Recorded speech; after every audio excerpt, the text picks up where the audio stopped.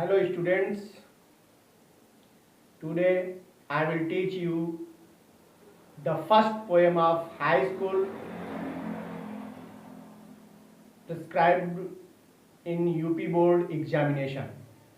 The first poem is The Fountain by James Russell Lowell. In this particular poem, the poet has described the fountain in three different aspects. The poet has described about the qualities of the fountain in the sunlight, in the moonlight, and in the starlight. The poet tells us that we should learn changefulness, constancy, and to be dutiful by the fountain. प्रिय विद्यार्थियों, the fountain कविता में कवि ने fountain means फव्वारा, फव्वारे के माध्यम से, फव्वारे के गुणों के माध्यम से यह सीख देने का प्रयास करते हैं कवि कि फव्वारा प्रत्येक स्थिति और परिस्थिति में संतुलित रहता है और समान रहता है।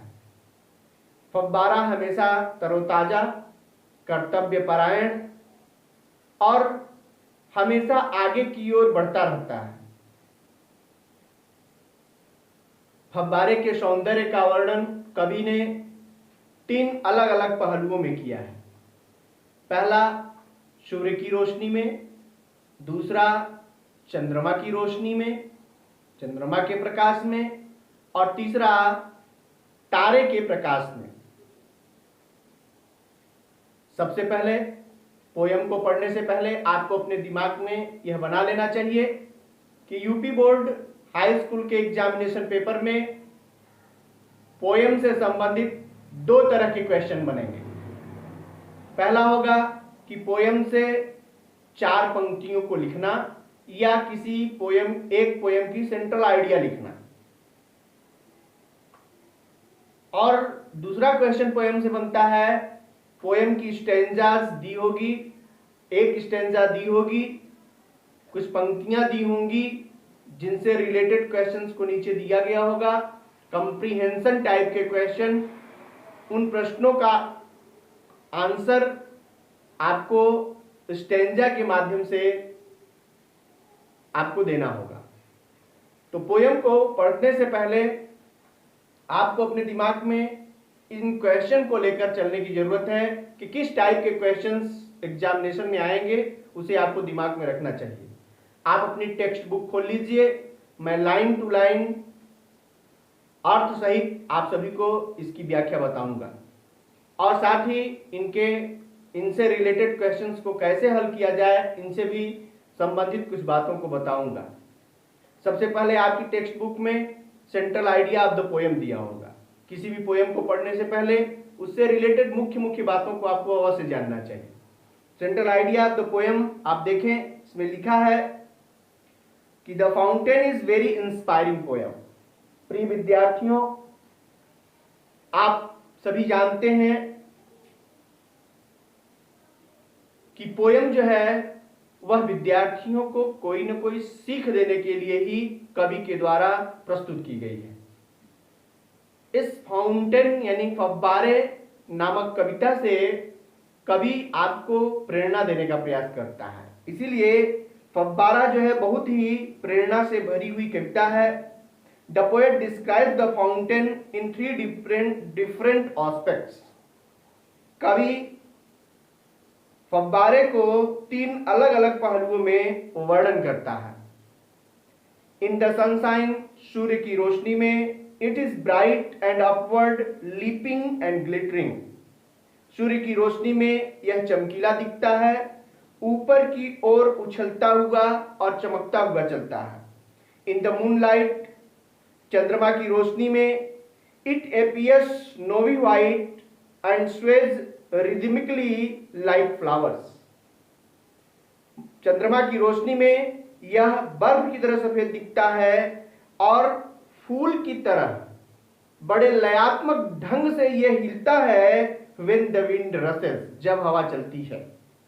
अंडर द स्टारलाइट, तारे की रोशनी में, it rises and falls like spray, फव्वारा उठता है या गिरता है जैसे कोई फुहार चल रहा हो या फुहार जो है उछल रहा हो।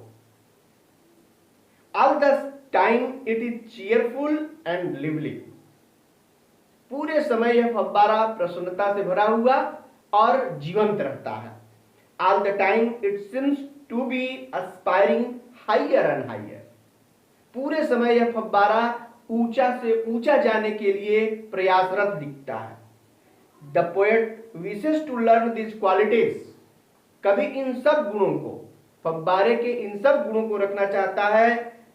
आप फ्रेशनेस, ताजगी को, चेंजफुलनेस, परिवर्तनशीलता को, कंस्टेंसी, निरंतरता को, एंड एस्पायरिंग, और हमेशा आगे बढ़ते हुए आगे बढ़ने की प्रेरणा को फ्रॉम द फाउंटेन, फव्वारे से सीखना चाहता है। प्रिय विद्यार्थियों, ये सेंट्रल आइडिया आपके पोएम से रिलेटेड थी। अब आप इसकी पोएम को पंक्तियों सहित देखने का प्रयास करें। पहली स्टेंजा में into the sunshine full of the light, कवि कहते हैं कि फव्वारा सूर्य की रोशनी में प्रकाश से भरा होता है, उछलता रहता है एंड फ्लैशिंग, और चमकता रहता है।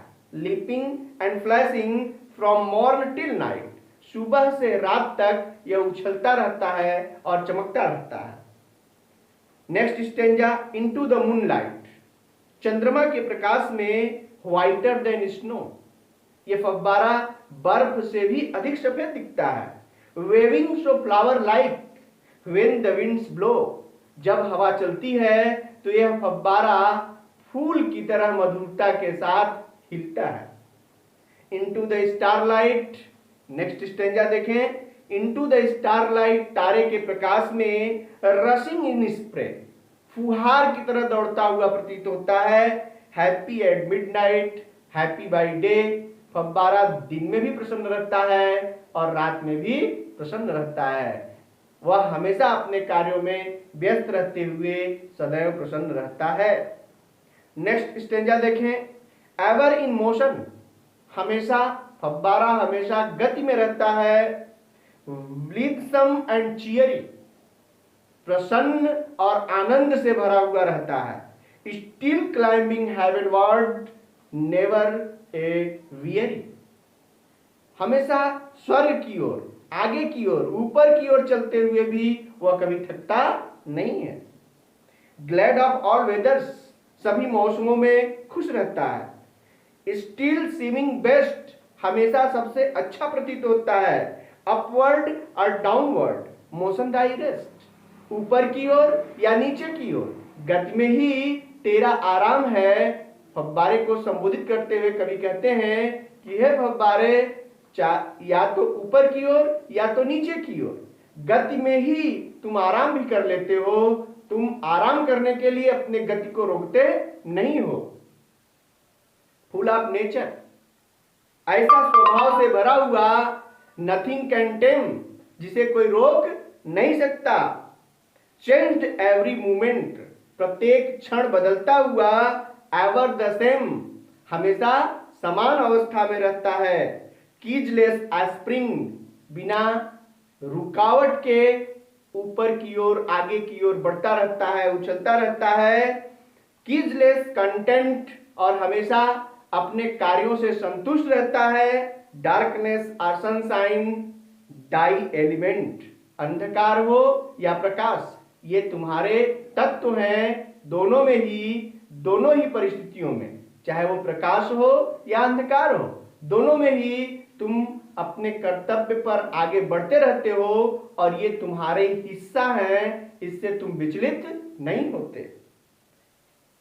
अंतिम पंक्तियों में कवि फव्वारे को संबोधित करते हुए कहते हैं कि ग्लोरियस फाउंटेन, हे शानदार फव्वारे, लेट माई हार्ट बी, मेरे हृदय को भी बना दो। कैसा?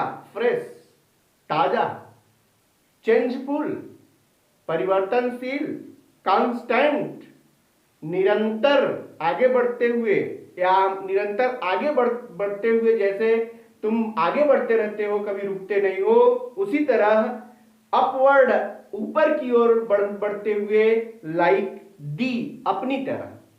हे शानदार फव्वारे, मेरे हृदय को भी अपनी तरह ताजा, परिवर्तनशील और निरंतर आगे की ओर बढ़ने वाला बना दो। इस तरह से इस पोयम के माध्यम से कवि ने आपको कर्तव्य परायण बनने के लिए और कर्तव्यनिष्ठ बनने के लिए, अपने कर्तव्यों के प्रति ईमानदार बनने के लिए प्रेरित करने का प्रयास किया है। प्रिय विद्यार्थियों, everyone should be honest towards his duties and responsibilities. एक छोटे से फव्वारे का एग्जाम्पल लेके कवि ने पोयम के माध्यम से एक बहुत बड़ी प्रेरणा आप सभी के समक्ष प्रस्तुत की है। आप सभी को अपने जीवन में इसे उतारने का प्रयास करना चाहिए। उम्मीद करता हूं कि आप सभी को पोयम की प्रत्येक पंक्तियां समझ में आ गई होंगी। बोर्ड पर मैंने कुछ क्वेश्चंस, बोर्ड एग्जामिनेशन में आने वाले क्वेश्चन से रिलेटेड क्वेश्चन को लिख रखा है, आप उसे देखें और समझने का प्रयास करें। प्रिय विद्यार्थियों, जब आप स्टेंजा को पढ़ लेंगे तो स्टेंजा से रिलेटेड कुछ क्वेश्चंस आपके नोटबुक में भी दिया है और एग्जामिनेशन में इस तरह के क्वेश्चन आएंगे। आप देखें, the fountain James Russell Lovell के द्वारा कंपोज की गई। इससे आपको स्टेंजा दिया रहेगा, एक स्टेंजा पेपर में आपके सामने रहेगा। उसमें क्वेश्चन नंबर 1 मैक्सिमम इसी तरह का पूछा जाता है। प्रत्येक चैप्टर के नाम और उसके पोएट से संबंधित एक क्वेश्चन जरूर बनता है। जैसे आप पढ़ें, इसको लिखा है, name the title of the poem from which the above noted lines of the poetry have been selected, who is the poet of this poem. Answer लिखते समय आप ध्यान दें, इसी में क्वेश्चन में ही आपके आंसर भी है। आंसर की कुछ पंक्तियां आप क्वेश्चन से ले लीजिए और जो पूछ रहा है, जैसे पोएम का नाम पूछा गया तो आप पोएम का नाम रख देंगे, पोएट का नाम पूछा गया तो पोएट का नाम, बाकी सारी पंक्तियां आपको इस क्वेश्चन में ही मिल जाएंगी। देखिए, the above noted lines of the poetry have been selected from the poem the fountain. James Russell Lowell is the poet of this poem. आप चाहें तो इसे भी अंडरलाइन कर सकते हैं। इस तरह से पोएम और पोएट का ही नाम लिखना था, परंतु इसमें कहां पे सेंटेंस में किस स्थान पर पोएम का नाम रखा जाए और किस स्थान पर पोएट का नाम रखा जाए, ये आपको डिसाइड करने की जरूरत है। इसी तरह से और भी क्वेश्चंस पूछे जाएंगे। एक स्टेंजा से क्वेश्चन बन के कई ठो मिलेंगे। आप अपनी टेक्स्ट बुक में देखेंगे तो कंप्रीहेंशन के ढेर सारे क्वेश्चन मिलेंगे। उन क्वेश्चंस को आप कंप्रीहेंशन करने का प्रयास करें, समझने का प्रयास करें और आप अपनी अपनी एक्सरसाइज में मन लगाएं ताकि आपका कॉन्सेप्ट अच्छे से क्लियर हो सके। प्रिय विद्यार्थियों, उम्मीद करता हूं कि आप सभी को पोयम अच्छे से समझ में आ गई होगी। आप इसकी तैयारी करें, इसकी 4 पंक्तियां याद करें, सेंट्रल आइडिया भी लिखें, अपनी नोटबुक तैयार करें। आप सभी को बहुत बहुत शुभकामनाएं और बहुत बहुत धन्यवाद।